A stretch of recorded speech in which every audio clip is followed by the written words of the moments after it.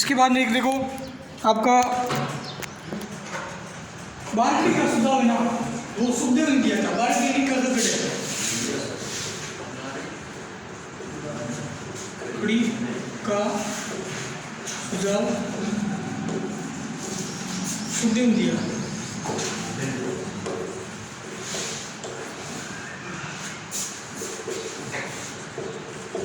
ठीक है, बस इतनी सी बात है।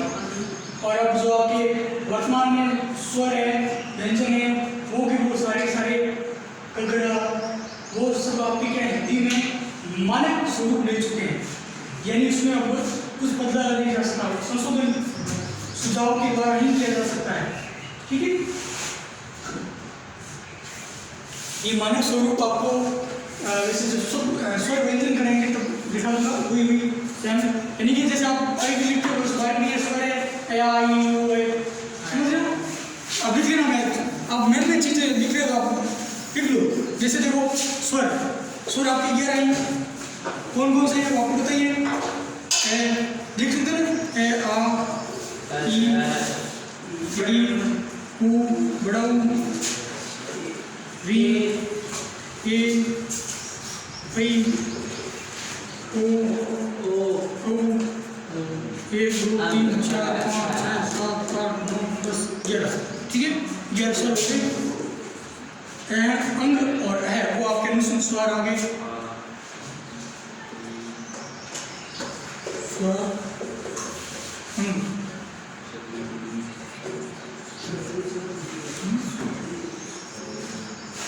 है। अनुनासिक जो होता है वो अलग होता है। विसर्ग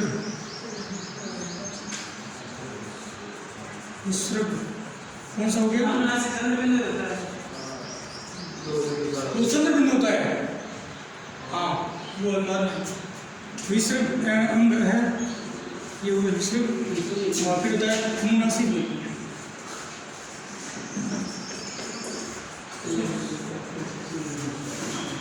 चंद्र बिंदु।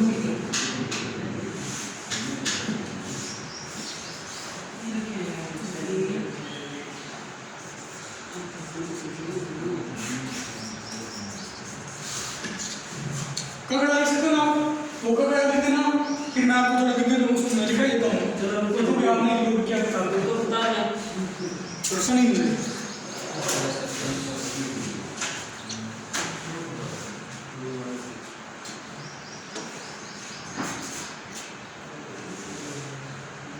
ये जो है ना मानक स्वरूप है, इसको याद रख लेना। हिंदी के में स्वर कितने हैं, कैसे लिखे जाते हैं, ये बदले नहीं जा सकते। जो आपके स्वर हैं, ये तो बात पूरा आपको श्याम सुंदर दास ने पंचमाक्षर के स्थान पर अनुस्वार का प्रयोग करने का सुझाव दिया कि आप जो पंचमाक्षर है ना, उनके स्थान पर आप अनुस्वार का प्रयोग करना प्रारंभ कर लो। बढ़िया सुझाव था, इसलिए सरकार ने मान लिया। ये लगभग 1800 मुझे याद नहीं ईस्वी कि मैं लिखा नहीं रहा हूँ, ऐसे में दिया था। गंगा को इस तरह से अनुस्वार दे दिया। और जितनी भी और लगभग एक उदाहरण है, मान लो मैं कोई उदाहरण लो, वो भी क्या है जो अहम हाँ, तो ये ऊपर बिंदु अनुस्वार चला जाता है। ठीक, जैसे इनमें से कोई भी स्वर होगा जो अनुस्वार के रूप में परिवर्तन हो जाएगा, ठीक है, वर्ण होगा। और ये बारीक नहीं है ना, इसका सुझाव सुखदेव ने दिया था, ठीक है। और ये मानक स्वरूप ये भारत सरकार के जो हिंदी वर्ण है उसमें दिया हुआ है, वो इस तरह से दिए हुए हैं, आपको याद रखना है। इसमें बड़ी भी नहीं है। अब देखो संस्कृत में और इसमें फर्क है, याद रखना, संस्कृत में और इसमें वर्ण स्वरों में फर्क है। पता चल रहा है आपको क्या फर्क है? छोड़ो, खड़ा हो, कोई खड़ा हो। संस्कृत में स्वर कितने? संस्कृत में स्वर कितने? भाई बोलिए, कोई बूढ़ी पूछ ले भाई ऐसा है संस्कृत में हिंदी में स्वर कितने बताओ।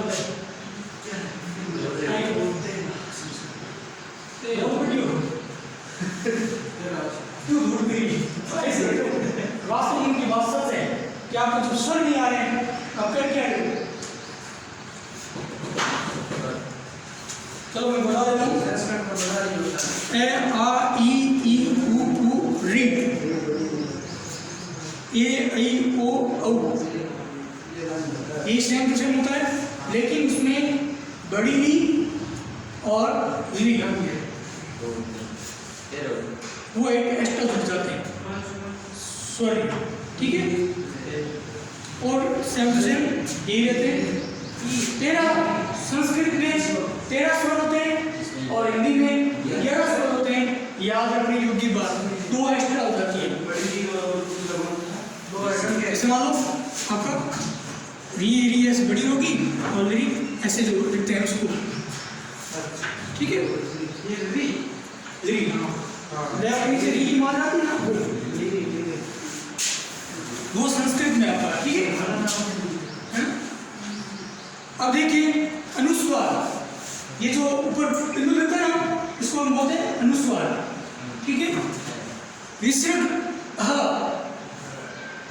एम स्वाहा हा तो जोड़ दिया जाता है, हम होता है विसर्ग, ठीक है। और फिर बात आती है अनुनासिक। ये जो चंद्र बिंदु होते हैं ना, यदि किसी के शब्द के नाम के आगे चंद्र बिंदु लग जाता है तो उसको नाक से होता है आंगन अंगन तो सॉरी अनुस्वार है। ऐसे कोई जो भी नाम होता है वो सारे चांद ये नाक से बोल रहे हैं, यानी अनुनासिक शब्दों को चंद्र बिंदु लगाने की वजह से हम नाक से बोलते हैं। समझ में क्लियर? कटड़ा लिखोगे, लेकिन आपको मैं बता दूं कटड़ों में भी आपको चलो मैं वो करा दूंगा वहां पर, आप बताए क्या पूछ लेता हूँ एक मिनट बता दें। ये जो आपका सबसे पहले क्या आता है क्या नहीं, ये आपका छत्र है। इसको कैसे आप ये संयुक्त वर्ण व्यंजन है, संयुक्त व्यंजन है, ये किन व्यंजन से मिलकर बना है पता है आपको? तो ये लिखा पड़ेगा आप अगर लिखोगे ये है बस यहाँ तक हो गया। अब इसके बाद में आपको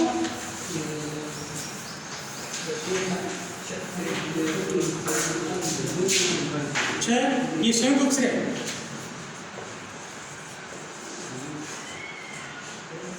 व्यंजन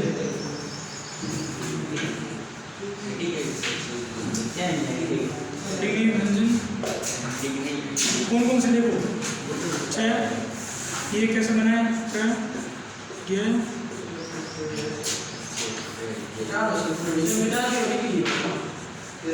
ये आपको कैसे पता है? पर रहने दो, मुझे नहीं लगता पता है आपको। आपको ये याद करना बहुत मुश्किल होता है, इसलिए मैं आपको तरीका दूंगा।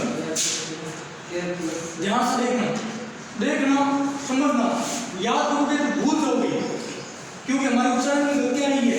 हमारे गुरु ने उच्चारण पढ़ा वो भी गलत पढ़ा, उन्होंने भी गलत पढ़ा, तो हम यही सीखेंगे, वो हमारी कोई गलती नहीं।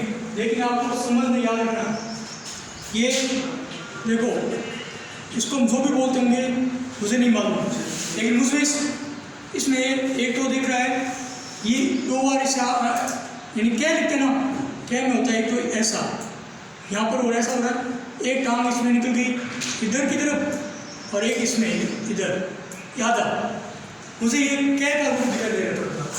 आप इसको पूरे को देखो या आप केवल यहाँ देखो ऊपर ही ऊपर क्या का रूप थोड़ा दिखाई दिया ना, तो सबसे पहले आपको क्या लिखना है, क्या वो भी क्या लिखना है, इसमें सब बातें याद देंगे, ये याद है ना, कोई चीज पूरा नहीं है, सब आधा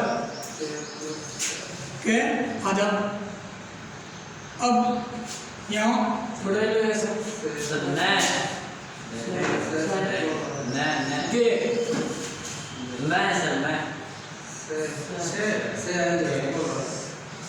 सबसे पहले यहाँ पर आपको एक चीज देना है, ये जो से है ना इसको एक से के रूप में ले लो ऐसे।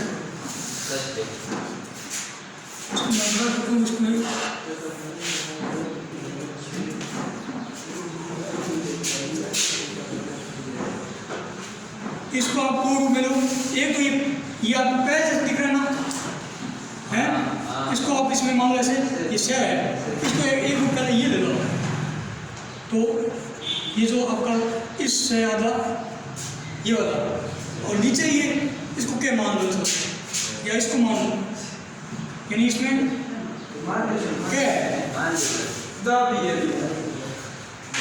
और लास्ट में देखो इसमें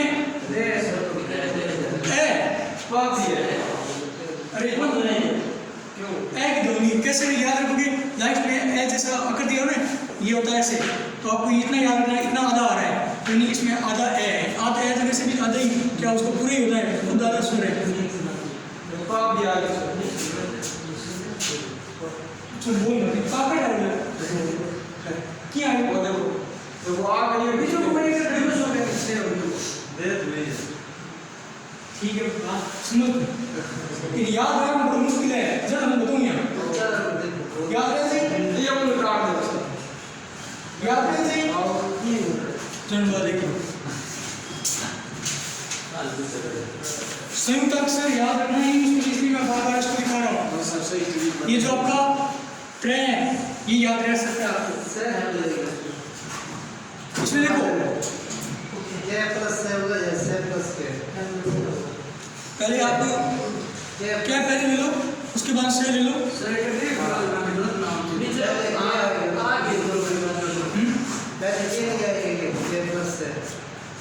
ये आप ऐसे किसी ने वर्ण है इसमें मिलकर बनाएंगे, क्या कैसे ले लो नहीं कोई जरूरत नहीं, सबसे पहले से इन व्यंजनों के मिलने से बनाए ये संयुक्त व्यंजन, ठीक है। उच्चारण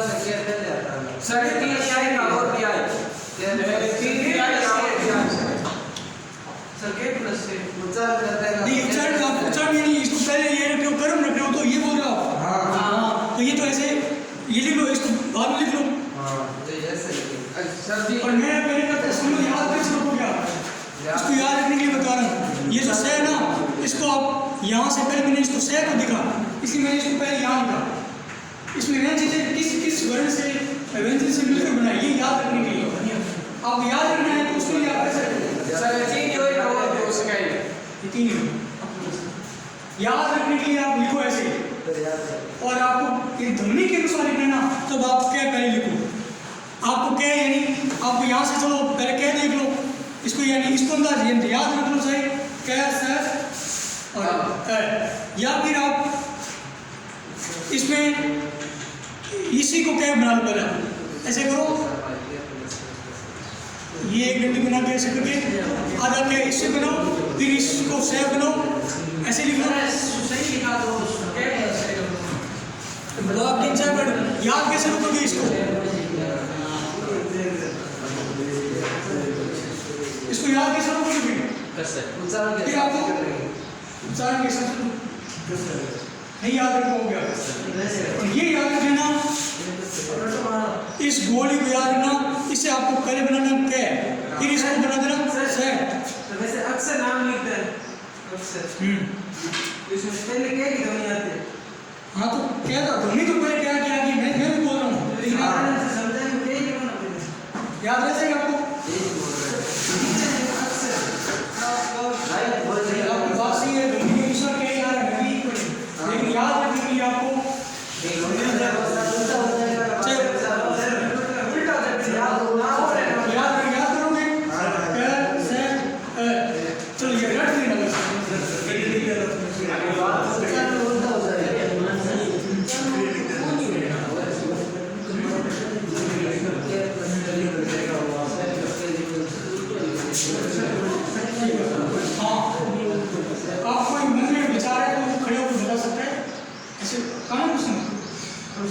देखो मेरे कहने का था आपका मतलब है, आप बोलो मैं शुद्ध लिखो, बात सही है कि ये कर्म वाली जो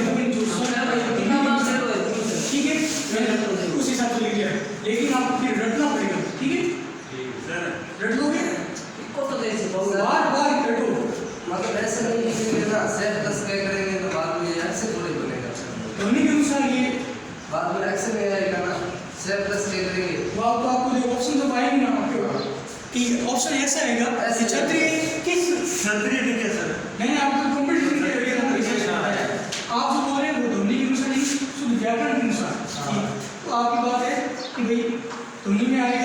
क्या पहले आएगा, फिर बाद में आएगा, फिर आएगा। सही बात है। कंपटीशन एग्जाम में प्रश्न कैसे आएगा? प्रश्न कभी ये नहीं है कौन सा पहले आएगा, पहले फिर कौन सा आएगा। कंपटीशन में प्रश्न ऐसे आएगा कि ये जो क्षत्रिय शब्द है, ये क्षत्रिय है, तो इसमें किस व्यंजन से बना है? किस व्यंजनों और व्यंजनों से बना है। तब आपको इनमें से कभी कह देंगे तो कभी रे दे देंगे, कभी से दे देंगे, कभी पे दे देंगे, यानी कर्म चेंज कर देंगे। या ये पूछ देंगे इनमें से ये दे देंगे आपको और इनसे मिलकर क्या बनेगा। ये प्रश्न ऐसे आएंगे, ठीक है। ये थोड़ा पूछेगा इनको कर्म से लिखो, कर्म वाले प्रश्न नहीं है। लेकिन आप चलो ये याद रखना के से और पे, ये याद रखना बहुत मुश्किल चीज है, इसलिए मैं बार-बार इसको टाइम लगा रहा हूँ ताकि आप मेहनत ना करें, ठीक है। त्रे, अब ये ऊपर देखो, सब ऊपर देखो आप, इसमें क्या है देखो, ये तैयार है ना, इसके ऊपर एक ऐसे डंडी गई है, यही हुआ है ना, तो सबसे पहले आएगा तय, नीचे गया सॉरी आधा, ये रे, ये इसको देखो पहले ये था ऐसे, ठीक है। इसको हमने मान लो एक तरह से, इसको हमने इस तरह से बांध दिया, रे आगे नीचे आधा लगा दिया, ठीक है। समझ रहे हो बात? तय था, इसके नीचे हमने हर लगा दिया, यानी आधा रे लगा दिया, तो हम इसको याद रखेंगे रे प्लस ए। तो आपको पता है इसमें ये जो ऊपर वाला रहेगा ए रहेगा, ठीक है।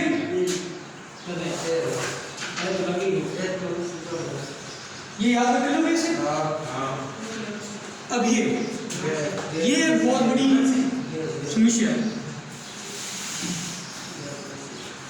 ये समस्या कैसे, इसको देख करके आपको क्या लग रहा है? एक मुझे लग रहा है, क्या दिख रहा है आपको इसमें? मुझे तो इसमें दिख रहा है, वो मेरी समझ बता रहा हूँ, एक ऐसा है फिर ऐसा है, ठीक है। तो देखो यहाँ से यहाँ तक आपको जय दिख रहा है क्या? ठीक है, तो हम सबसे पहले लिख रहे हैं जय, वो भी आधा, ठीक है। अब हम देखते हैं जो ये होता है ना, वो भी ऐसे होता है, ऐसे होता है ना। तो इस जय के ऊपर मान लो ऐसे लगा दिया, ये बनता है, ये याद रखने के लिए ऐसे बता रहा हूँ। फिर आपको ये जो है इसके यहाँ से पता चल जाएगा, ठीक है। ये याद रखिएगा, ये भी बहुत मुश्किल है, पर लेकिन आपको ध्यान से देखना होगा। ये जय की तरह आ रहा है, ठीक है। फिर इसको मैं वो वाला जोड़ने के लिए उसके ये नीचे है, इसको ऊपर जोड़ दो, इसको जोड़ेंगे यहाँ पर, ऐसे याद करना है, ठीक है। और अब ये बात है, ये इसमें आपको ध्वनि के अनुसार देखोगे तो भी थोड़ा समझ में आ रहा है। ये वाला देखो यहाँ, ये तो बन जाता अलग छतरी जैसा। आपको ये देखना है, इसमें से की ध्वनि आ रही है, से संख्या वाली रे आ रहा है।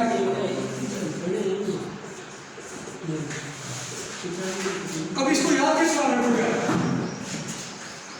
इसको याद करने का क्या तरीका अपनाओगे?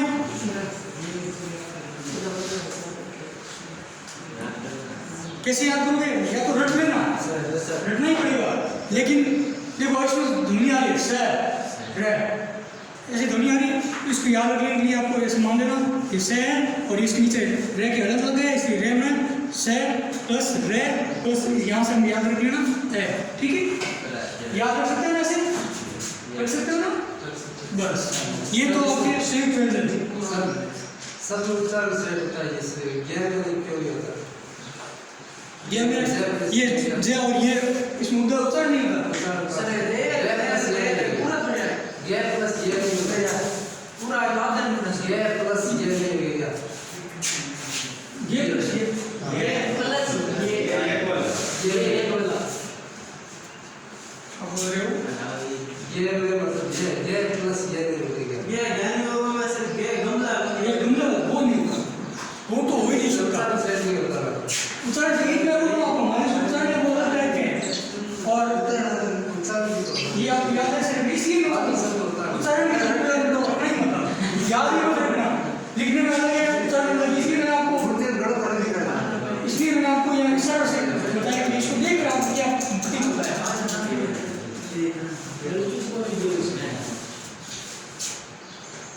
आपको देख कर क्या प्रतीत होता है, इस हिसाब से याद रखना, उच्चारण के हिसाब से नहीं है। इसलिए आपको याद रखने के इन तरीकों को अपना उतना याद कर लेना, रट लेना। ये वाला तो बहुत आसान है, इसमें उच्चारण के हिसाब से नहीं है। ये होता तो ये होता, फिर ये होता, फिर ए होता है ना, लेकिन ऐसा नहीं। इसको याद रखने के लिए आपको ये तरीका करना पड़ेगा। देखो जय जैसा दिख रहा है तो जय लिख लेना, फिर ये इसके ये नीचे वाला जो जा रहा है उसको ऊपर जोड़ देना, तो ये बन जाता है ये, और ए की ध्वनि तो उसमें ही सेम सेम। ठीक है, क्लियर? देखो स्वर हो गए, व्यंजन हो गए, संयुक्त व्यंजन हो गए। ठीक है, और इसमें अभी मान लो वो सब हम वर्णन करेंगे तो मैं आपको बताऊंगा। अभी छोड़ो, अभी आपको ये 2-3 चीजें बाद में थोड़ी और बता देता हूँ, फिर ये टॉपिक ही खत्म हो जाता है। आप इस बच्चे को बोला था पंजाबी जो है ये किस लिपि में लिखी हुई, ये बता देता हूँ थोड़ा।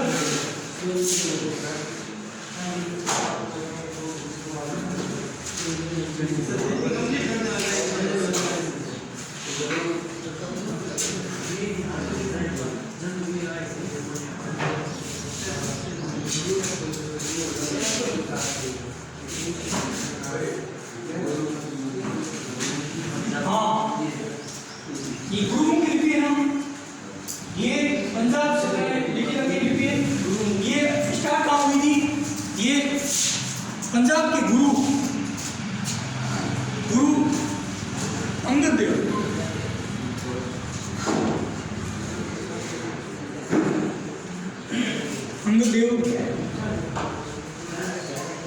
के मुख से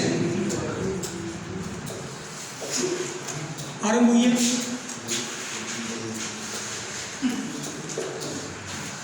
अब क्या होता है, जैसे मान लो गुरुमुख जो पंजाब के क्षेत्र के लोग थे, उनके गुरु थे अंगद देव, उनके द्वारा जो वाणी है, जो लिपि निकली या उन्होंने जो साहित्य लिखे वो अपने उस लिपि में लिखे। इसलिए उन्होंने क्या कह दिया कि ये गुरु लिपि है, लोगों ने कह दिया कि गुरुओं के द्वारा लिखी हुई लिपि है, इसलिए ये नाम पड़ गया गुरुमुखी लिपि। ठीक है,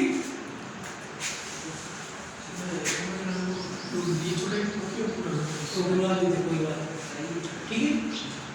अब ये गुरुमुखी लिपि है तो पंजाब क्षेत्र में बोली जाती है, और उनकी इशारत कब होती? गुरु अंगद के देव के द्वारा उनके मुख से निकली थी, इसलिए गुरुमुखी। ठीक है, अब इसमें स्वर कितने होते हैं? ये लगभग 1884, इसको छोड़ो, आप ये याद रखो कि इसमें स्वर होते हैं 3,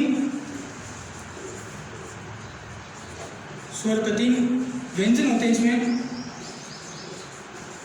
32, कुल हो गए आपके 35।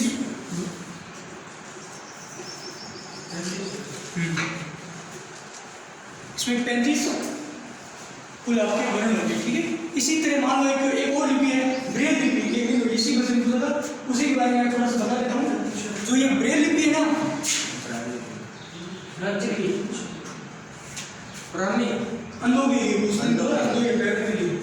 वो भी एक लिपि है, संकेत की। हाँ, कुछ भी मान लो।